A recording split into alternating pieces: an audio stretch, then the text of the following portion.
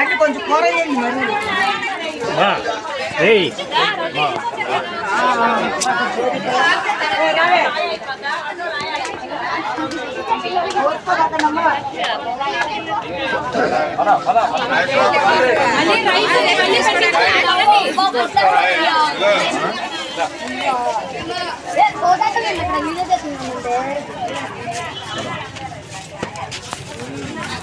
అంతే బాటి వెళ్ళాలి, దారి ఒలిగిపోతే పక్కకునండి అందరూ. చెప్పరప్ప అండి అందరూ. చిని ఆ బండ్లు పక్కకు పెట్టచ్చు, అక్కడ తెల్ల స్పేస్ ఉంటుంది బండ్ల.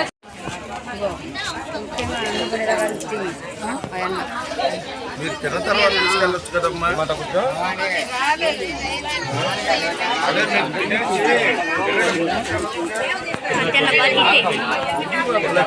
అది ఇది అనుకో కింద పోతా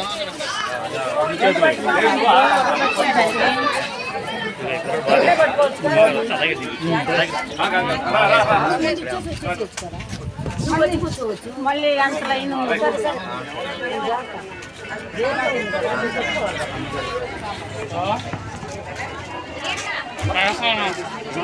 అవునమ్మా.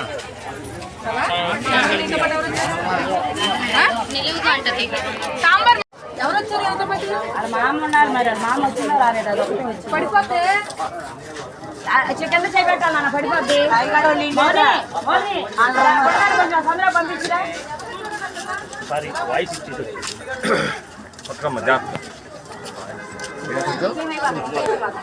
సాంబార్ వద్దు, ముందు తినేసరా మళ్ళీ వేపించుకుంటా. కొంచెం పెట్టాలి చిన్నపిల్లలు కదా, చిన్నపిల్లలు కొంచెం. నువ్వు బొమ్మకాడ చూసుకో.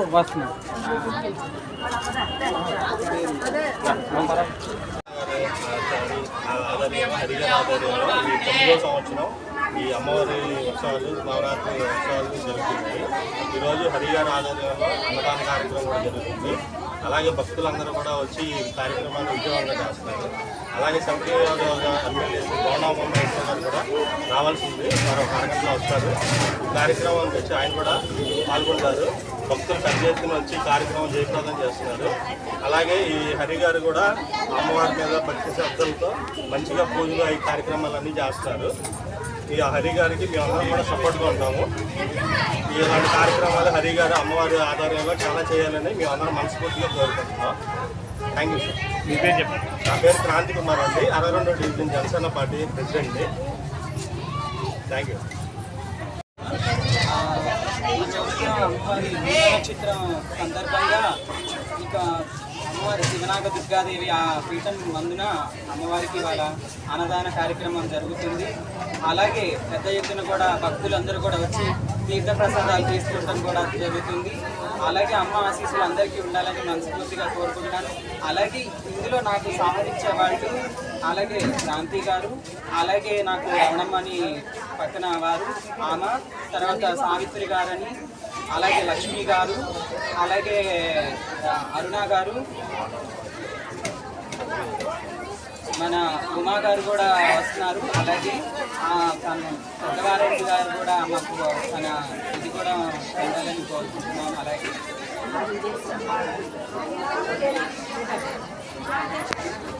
దీపాల అలంకరణ రేపు సాయంత్రం మేము చేయాలనుకుంటున్నాం. దానికి కూడా భక్తులందరూ రావాలని కోరుకుంటున్నాం.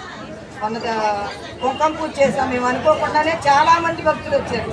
చాలామంది మీకేమీ తెచ్చుకోవసరం లేదు, మీరు రాండి మేము చేపిస్తామని చెప్పి నిర్మించాం.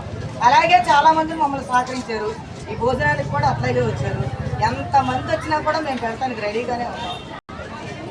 దయచేసి అమ్మవారు ఆశీస్సులతో మేము ఎట్లాగే చక్కగా ఉండాలని